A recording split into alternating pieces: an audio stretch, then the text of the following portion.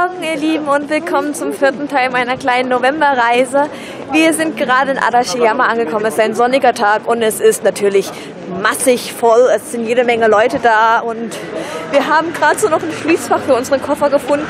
Die Züge waren auch ziemlich verspätet unterwegs. Eigentlich hatten wir jetzt 45 Minuten Puffer eingeplant, aber davon sind nur noch 10 Minuten übrig. Denn ich habe jetzt einen Termin. Ich habe mir einen Kimono für heute gebucht, den ich gleich anziehen werde. Das heißt, ich werde mich nachher gleich schön hübsch machen für euch.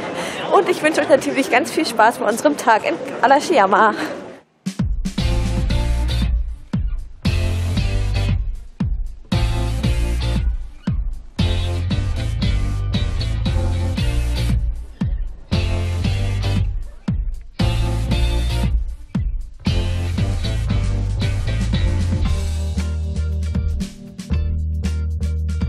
So, ich bin hübsch gemacht. Ihr werdet, denke ich mal, im Video noch mehr vom Kimono sehen. Und wie ihr eventuell im Hintergrund schon erkennen könnt, wir sind an unserem ersten Ziel. Juhu, es geht ins Rilakkuma Café. Wir waren schon 10:30 Uhr hier, bevor ich zum Kimono anziehen war. Und wir haben uns eine Ticketnummer geholt. Da war die Wartezeit bereits bei knapp 100 Minuten, also über 1,5 Stunden. Aber die sind jetzt bald vorbei. Wir schauen uns so lange jetzt noch ein bisschen im Shop um und dann geht es lecker essen.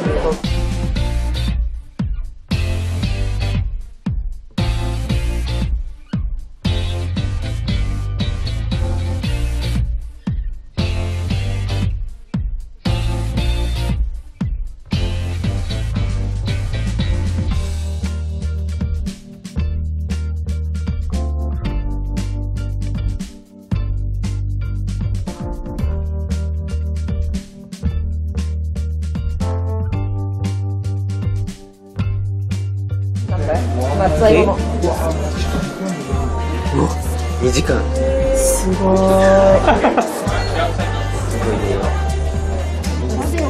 Jetzt ist Nummer 14 dran. Wir haben noch 10 Nummern vor uns. Das heißt, es dauert noch mindestens 45 Minuten, wenn nicht eine ganze Stunde. Boah.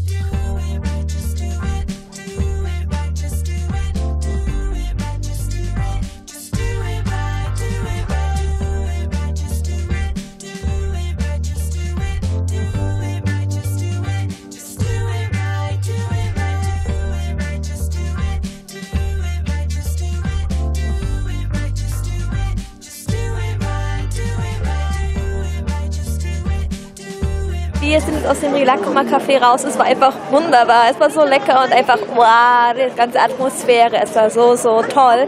Der Preis ging auch. Wir haben jede Menge bestellt gehabt und nur um die 7.000 Yen bezahlt. Und ja, ich habe einen Kimono an. Das heißt, wir müssen jetzt Fotos machen. Also machen wir uns jetzt auf den Weg und suchen ein paar schöne Orte auf.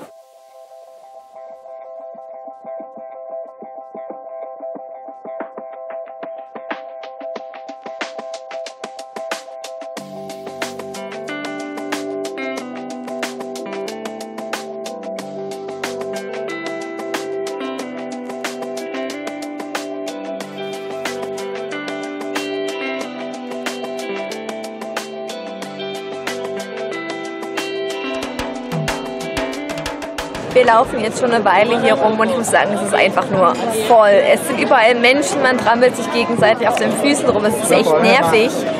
Ich war in letzter Zeit in so vielen Gegenden unterwegs, wo nicht gerade die Touristenmassen sind und ja, Kyoto nervt mich gerade ein bisschen an, das ist wirklich schrecklich. Aber ich muss auch sagen, wir sind an einem Wochenende da.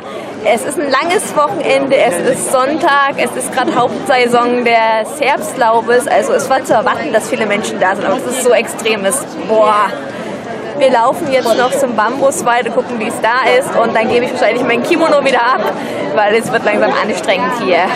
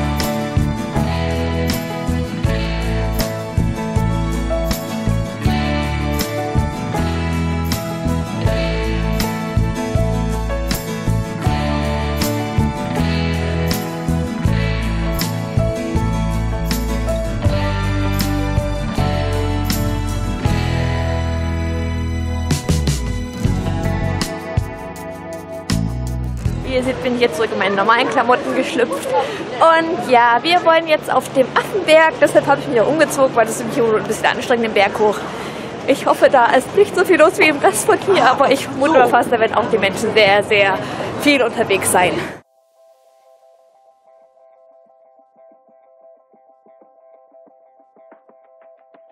Der Affenpark befindet sich auf der anderen Seite des Flusses hoch oben auf einem Berg. Für ungeübte Wanderer wie mich ist der Aufstieg ziemlich anstrengend, weshalb auch nicht so viele Touristen dort waren. Zudem war es kurz vor Schließung und wir hatten nicht allzu viel Zeit. Von oben hat man einen wunderschönen Blick über Kyoto. Zudem laufen die Affen dort frei rum und es macht einfach unglaublich viel Spaß, ihnen zuzuschauen. Natürlich kann man die Affen auch füttern. Für 100 Yen kann man entweder eine Tüte Erdnüsse oder Obst kaufen. Und das Tolle daran, hier geht der Mensch selber in den Käfig und füttert von drinnen. Die Affen bleiben weiterhin draußen in der freien Natur und kommen, wenn sie etwas zu fressen wollen.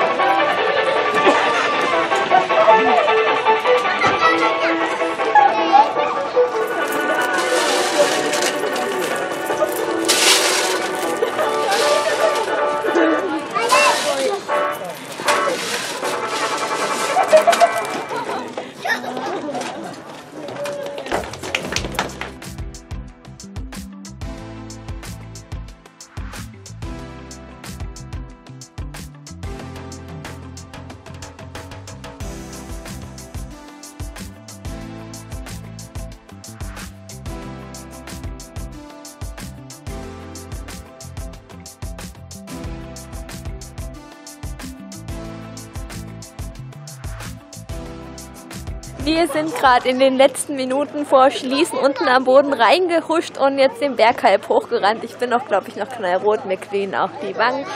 Aber es hat sich gelohnt. Wir haben jetzt einen wunderschönen Blick auf Kyoto gehabt und wir haben gesehen, wie die Affen nach Hause geschickt wurden mit jede Menge Fressen.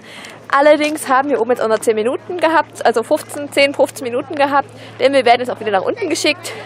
Aber es hat sich trotzdem gelohnt, hochzulaufen. Das Gute daran, dass wir so spät hier oben waren, war allerdings auch, dass hier relativ wenig Leute waren. Das heißt, wir konnten den Touristenmassen ein wenig entkommen und haben jetzt ein bisschen unsere Ruhe, bis wir wieder zurück auf die große Einkaufsstraße kommen, wo wir jetzt noch ein bisschen einkaufen werden.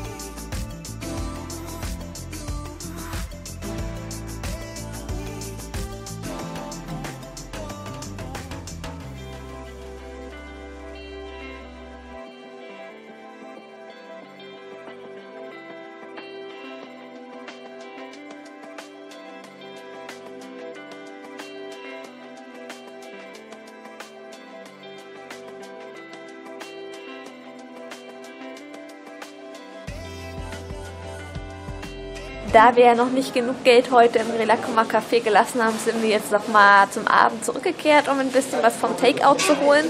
Einmal haben wir hier Rilakkuma Castella. Das ist Matcha mit Honig drauf. Und zum ersten Anniversary gibt es Eis mit Dorayaki. Und ja, es ist wirklich süß und das gönnen wir uns jetzt noch, bevor wir Arashiyama verlassen.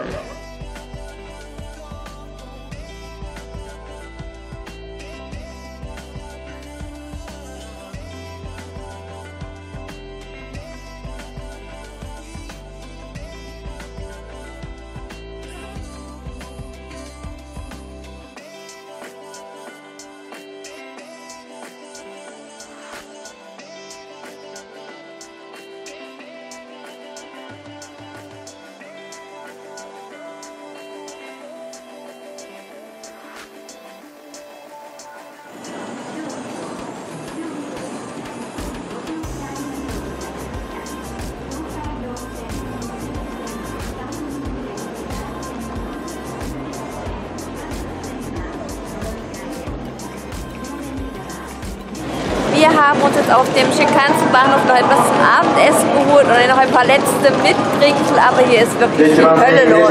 Es ist absolut abnormal, was hier an Menschen sind. Man steht überall ewig an, wenn man das kaufen möchte. Auf dem Bahnsteig kommt man kaum voran, weil alle auf ihre Züge warten. Die Shinkansen haben auch ein paar Minuten Verspätung inzwischen.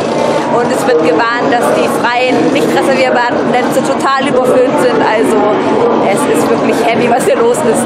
Wir freuen uns jetzt auf unsere Fahrt nach Hause. Wir haben zum Glück Sitzplätze reserviert. Damit endet jetzt auch das Video. Ich hoffe, ihr hattet Spaß bei unserem Tag in Arashiyama. Wie immer würde ich mich über Kommentare und Däumchen hoch freuen und natürlich über neue Kanalabonnenten. Und wir sehen uns dann beim nächsten Mal. Bis bald!